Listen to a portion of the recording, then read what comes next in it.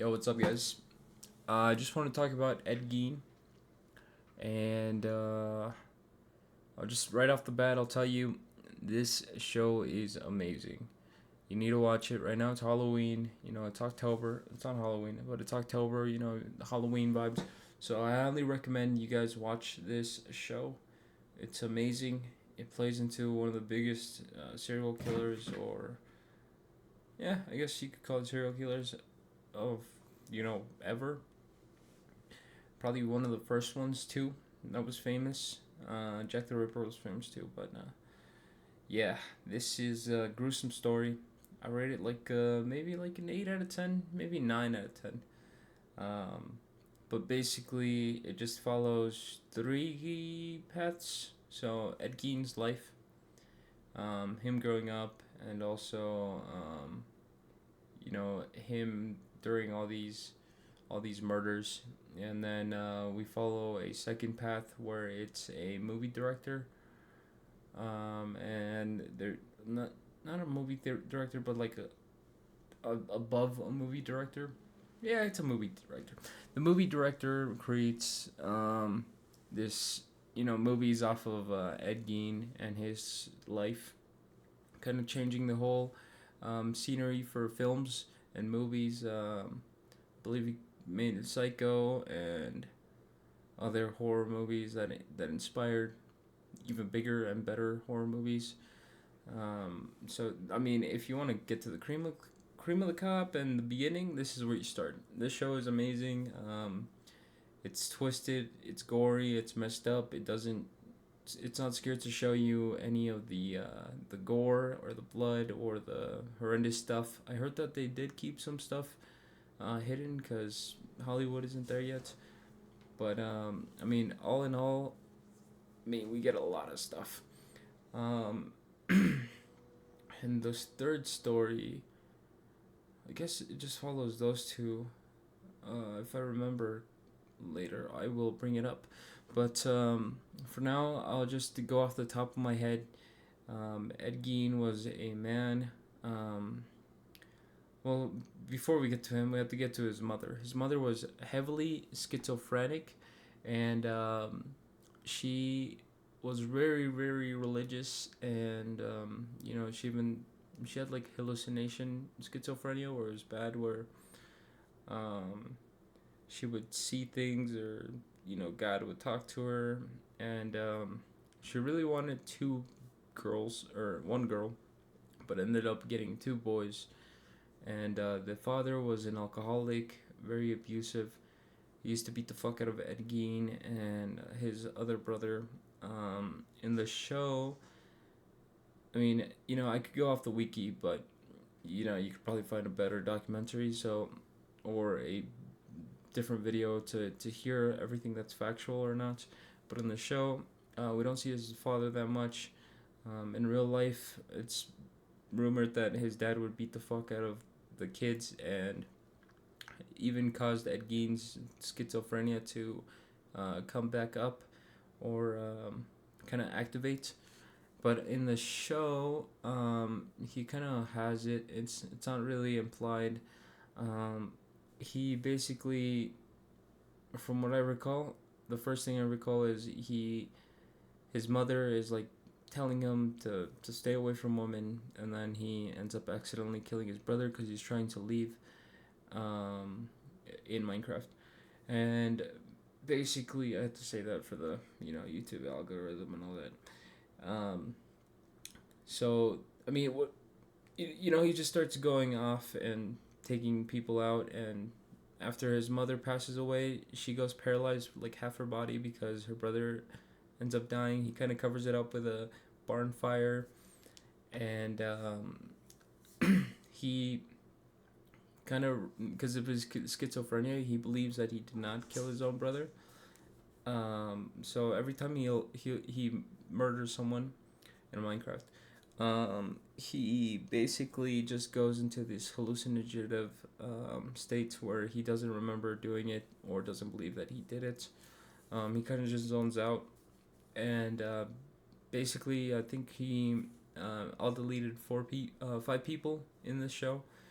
So not that much, but he did dig up a lot of bodies after his mother died, because he was by himself, and it's basically like letting a 2 year old, just live by himself.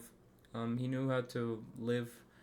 Um, he was talking and dating a girl that would later find out what he would do, but he would dig out the graves because his mother told him through like whispers, um, that if he would get the bodies, he could resuscitate her, and then he would put the corpses on her chair, and it would be like she didn't even pass away. Um, but I guess he would be a very big fan of skin and flesh.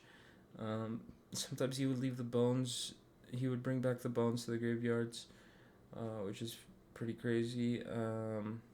But he was also very heavily influenced by the World War II. There is a Russian lady who's very famous for torturing Jewish people, and she would do gruesome things with them, but mainly would do like lampshades and um, like leather chairs, but instead of leather, it's flesh.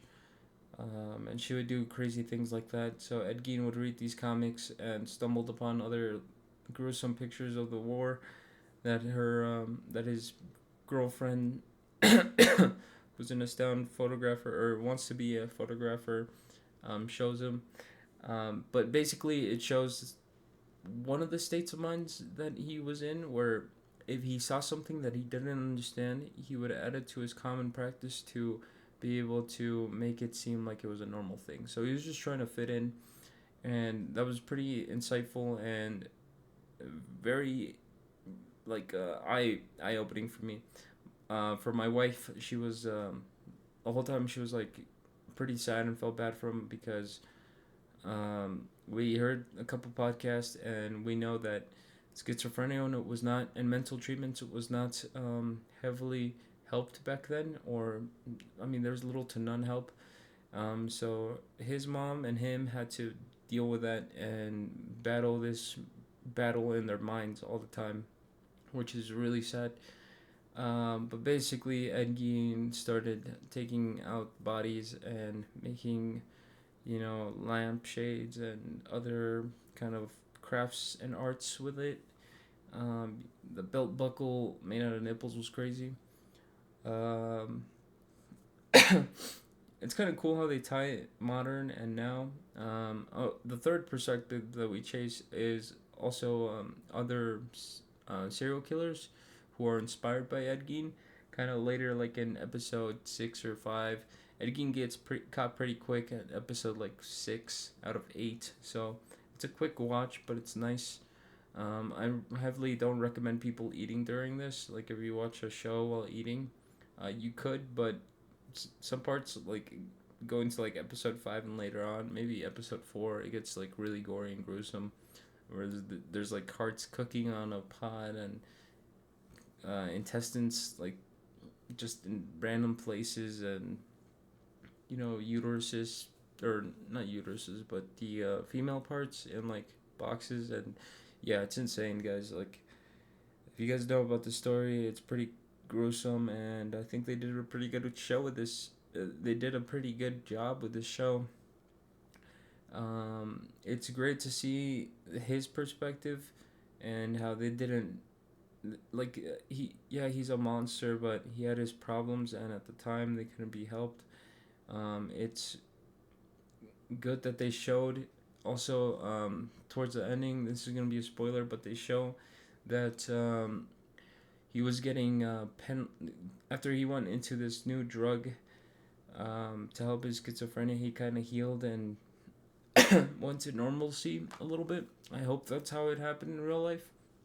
But he was in a psych ward, and he got diagnosed, or he got diagnosed, and he also got drugs for it.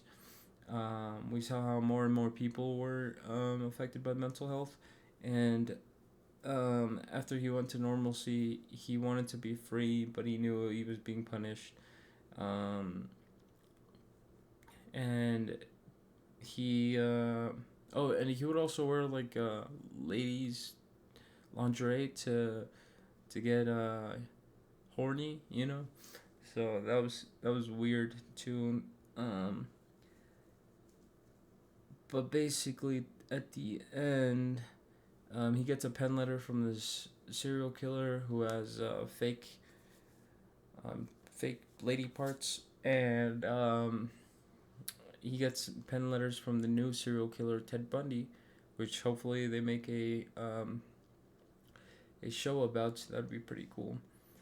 But basically, he gets letters from Ted Bundy, and then this guy with the fake hoo-has sends him to Ed Gein, and then Ed Gein solves the whole fucking like solves who it is and what kind of car he has. So he gives a tip to the cops, and the cops find the guy, and he no one believes him because he's in a psych ward. So everyone around him is crazy, and they think he's crazy. Um, and yeah, he just dies in Minecraft, um, which is pretty sad because he didn't get the recognition. And in official reports, he got it. It was called an anonymous tip, so they didn't even give him credit. So that's still disputed in real world, I believe. Um, Hopefully, he did get credit, but with this show and these kinds, people like start talking about it. It brings to light how who did good deeds and who did bad. So this is just a serial killer who ends up helping catch another serial killer, and yeah, it's a good show. I recommend you to watch it, even if you heard me rambling all about it. It is pretty gruesome, so get ready. But it's October, so you could just close your eyes during the messed up parts. There's a necrophilia, there's gore, there's all that messed up stuff.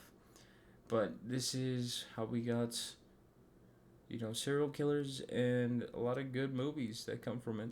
So you kind of have to take the bad with the good. The whole story's messed up, but I'm glad that they showed light to mental illness and one of the most prominent and infamous serial killers that probably started this whole deal right now with you know emerging ones or people who are trying to copycat or whatever. But talk to you guys all later, and peace out.